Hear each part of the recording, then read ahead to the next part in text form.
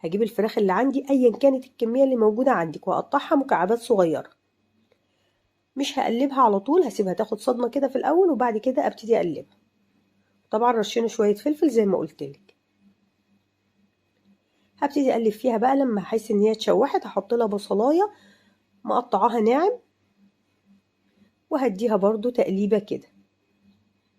عندك بقى فلفل الوان، فلفل اخضر، الموجود عندك حطيه، بس شويه حلوين كده عشان احنا عايزين نكتر الصينيه بتاعتنا ونكبرها. جزرية واحدة مقطعاها مكعبات صغيرة، وبرضو نص كوباية من البسلة. طبعا البسلة دي انا مفرزاها، يعني مخزناها عندي متفرزة. وحطيت بابريكا وكزبرة وشوية من الكمون وملح على حسب ذوقك بقى.